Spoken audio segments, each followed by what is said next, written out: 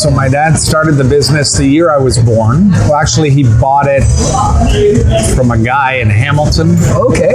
And the guy was working in Toronto, and he was getting old, and he wanted to sell it. So my dad bought it for something ungodly cheap. And he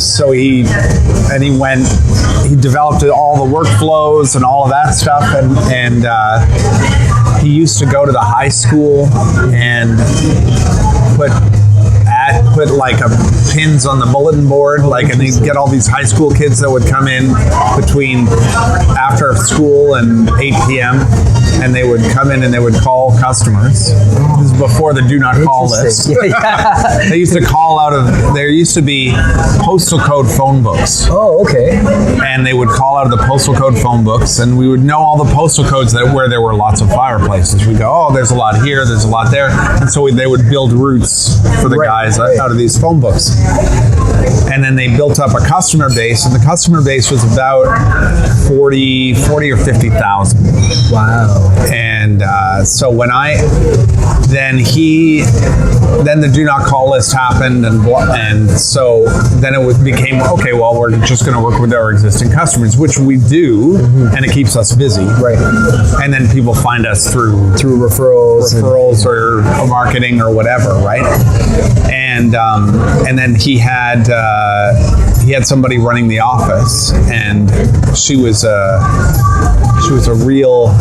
I love these characters, by the way, because you can just picture them. Yeah. Right? They're very territorial, right? Yeah. They have their process and their system, and so he was a sweep.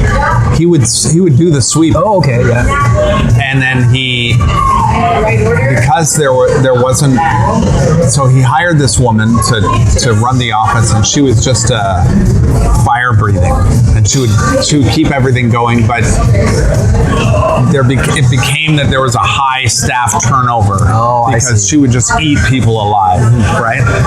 And then it was rolling, and he was doing well, and then at one point she said she got mad at him for something, and she said she was going to fire him, and he's like, it's my company. So anyway, a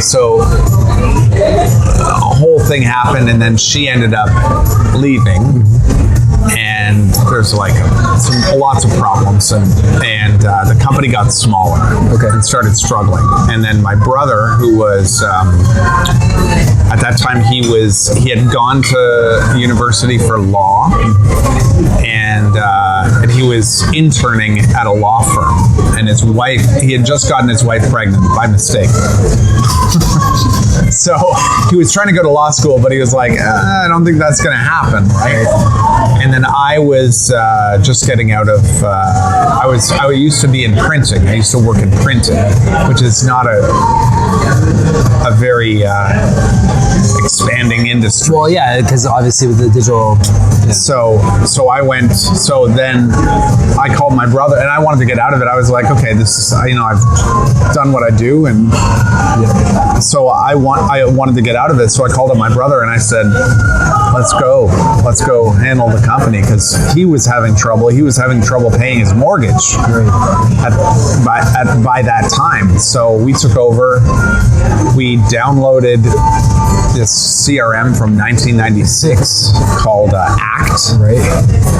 And it was based on an Access database. So he had arrived before I did, because I had to wrap up a bunch of stuff where I was, and then and he had typed everything into a spreadsheet as much as he could. Yeah. He entered a couple thousand people into a spreadsheet. So what's interesting, I think your story, there's two key things there that are pretty interesting. One to me is, you have someone that's running the office and has their own process, but at any time that can change, whether it's personalities, class, and what is that unique process or system that makes your business bulletproof. Like if a key person does leave, right, do you have those proper systems in place?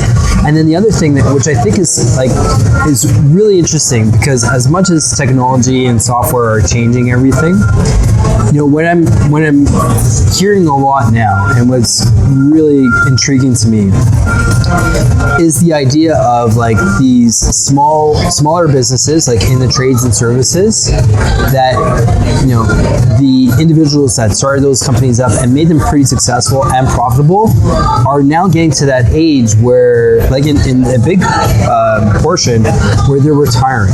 Yeah. So now, like the transition from like the senior person to either, whether it's their family or whether or not they're going to sell it, some of these businesses just like go away.